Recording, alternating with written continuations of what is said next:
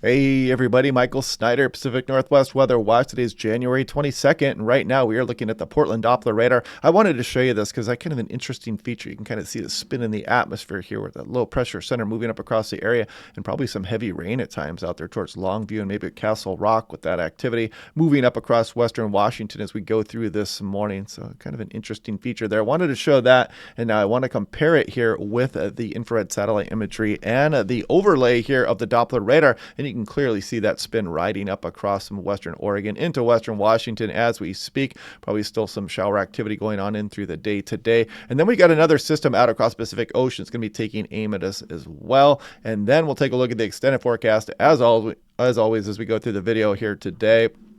Thanks to Jeremy D yesterday for the super thanks. Much appreciated. Very grateful for those. Now, taking a look at the NAM3KM, and you can see that you can kind of pick up the little spin that it showed in the atmosphere there, as well as this bulk of precipitation moves up over the area. Maybe a little bit of a break this afternoon, but still some residual showers moving across western Oregon here. A little bit drier here across some of eastern Washington and Oregon as we go through the day today. And then we go into tomorrow, still some showery activity going on in through tomorrow as well. Maybe a little bit of a break tomorrow afternoon, take advantage of that because we've got a rainy day coming in here as we go through Tuesday night and on in through Wednesday. You can see this next frontal system riding on in here, bringing a widespread rainy day to much of the Pacific Northwest as we go on in through the day Wednesday. Then showers behind that as the system will eventually fill, weaken, and kind of slowly move towards the coastline. And if we look at the European simulated infrared satellite imagery, I want to show you the Wednesday system here because it's probably going to be looking pretty nice on the infrared satellite imagery. Nice cinnamon bun form to it. As you can see, it spread that frontal system across Pacific Northwest and eventually fills, weakens, and kind of slowly meanders towards the coastline here, keeping that rain going until yet another system starts to ride in here as we go on in towards Thursday night into Friday. More on that here in a moment. Looking at the total snow-Kuchera ratio in inches on the NAM3KM, as we go through the day today, you can see we are getting some snow for the higher elevations. It doesn't show much for a snow calamity pass with this round, and then we bring that system in here as we go on into Wednesday. I'll show you right here. You'll see some of the snow increase there. That's that Wednesday system. Maybe a few inches for a snow calamity pass, a little bit more for Stevens there as we go on in through Wednesday afternoon.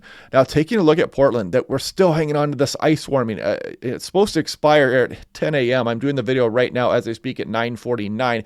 So, man, that cold air is really hanging on in there, but that should be wrapping up here very shortly.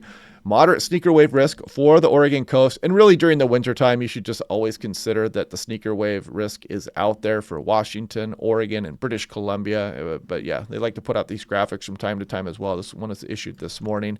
And wintry mix Monday here. It looks like it includes Chelan, some of Republic, Colville out there. Additional ice accumulations of light glaze as we go through the day today. You can see it does not include Moses Lake, Ritzville, or Spokane, Pullman, Lewiston, Walla Walla, or the Tri-Cities at this time, or Yakima. And if you want a nice affordable home weather station, this station is awesome because I check it and I compare it to my much more expensive Davis weather station all the time, and the thermometer is almost always within a couple tenths of a degree of the Davis. So very accurate thermometer actually, and the ultrasonic anemometer is pretty good as well. And yeah, all solar powered. Highly recommend this station. Click on that link down below if you want to save 10% off. Now, looking at the European yesterday afternoon, so here we go with that precipitation moving across today. Kind of lingers on into tomorrow a little bit. We might get a bit of a break before this next system. You can see this fairly deep low pressure system out there, and that's the one I mentioned. We'll probably look pretty nice on the infrared satellite imagery. It might look like a nice big spun up cinnamon roll out there across the ocean. Starts to fill here and spreads a rainy day for us Wednesday, and then kind of meanders off the coastline, continuing these little impulses of precipitation. And then we bring another system here, and this one has atmospheric river potential as we go towards the end of the week. So we'll watch out for that one closely. And then you can continue to see the storm track just kind of pointed at Washington, Oregon, and British Columbia as we go through the weekend and on in through early next week. Systems continue to rain down on us here, and this low is particularly strong and pretty quick moving up towards Haida Gwaii. That could bring some windy conditions here, depending on just the exact track of that and the strength of the low as we go through next week. But again, I mean, man, we're just going to be one round after another, it looks like, as we go through the end of January on in through early February here. And this looks like a little bit of colder air trying to make its way in. Maybe we can get some mountain snows here as we go on in through the beginning of February. No promises just yet. Taking taking a look at total precipitation in inches, I should say, National Blend of Models. This one's hot off the presses, and you can kind of see the persistent nature of this off and on precipitation as we go on in through the week coming up here. There goes Wednesday's system there, and then the one that comes later this week and through this weekend and on in through next week, just round after round of precip. You can see some big totals showing up, especially along coastal areas of Vancouver Island, Western BC, some of the Olympic Mountains, Cascades getting targeted here as well. And you can see the classic rain shadowing, of course, as you go east of the mountains there also. So yeah, we're looking like we're going to be catching up on precipitation totals here, especially Cascades and the higher terrain on through the west. This is looking at the European 15-day precipitation anomaly, and you can clearly see how this storm track is just going to point it at western BC and some of the west coast as we go on through the early portion of February here. We're kind of looking off into fantasy land a little bit here, but, you know, kind of interesting look to things there. Looking at total snow, we're going to go off into the future a little bit here. This is National Blend of Models, hot off the presses here. As we go through Wednesday, we do drop a little bit of snow. You can see it's calling for what, maybe an inch or two for Snoqualmie Pass. Better amounts across Stevens there.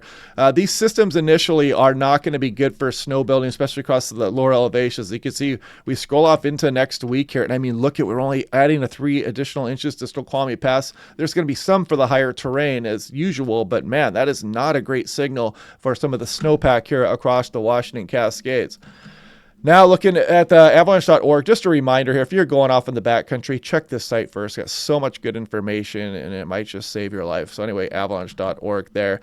Average temperature departure from average. This goes from November 23rd all the way to current here, and you can kind of see the mixed bag here across a lot of the Pacific Northwest. We do have probably more areas above average in this 2-month time frame, and this is percent of average precipitation, same time frame as where. Big deficits here across some of Montana and Idaho, and actually across some of the Washington, Oregon Cascades. There are some areas above average here. For the most part, though, you can kind of see the precipitation deficit we've been running for the last 2 months. And I showed this yesterday. I misspoke a couple times. I was comparing September 26th to January 16th, and you can see the improvement we've gone through during that time frame here, from late summer all the way on in through January 16th. But yeah. We got rid of a lot of that extreme drought across western Washington, Oregon. A lot of that severe drought been put to rest there also. So yeah, interesting stuff there. What else? Cocoa Raws. Yeah, take a look at that. This is over the last 7 days here, and you can see the big precipitation amounts across some of the coastal areas, approaching 5 inches in some cases.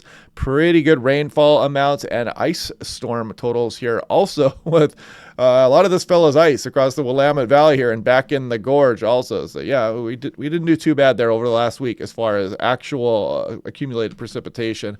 But yeah, we've got just pretty much, I mean, it's going to be some breaks here in between some of these systems here, but a pretty solid string of storms rolling on through the Pacific Northwest all the way into the early portion of February, if you believe the models as of right now. So that's why your smartphone apps are going to be showing up with, rain probably every single day as you look at them on into the early portion of February here. So yeah.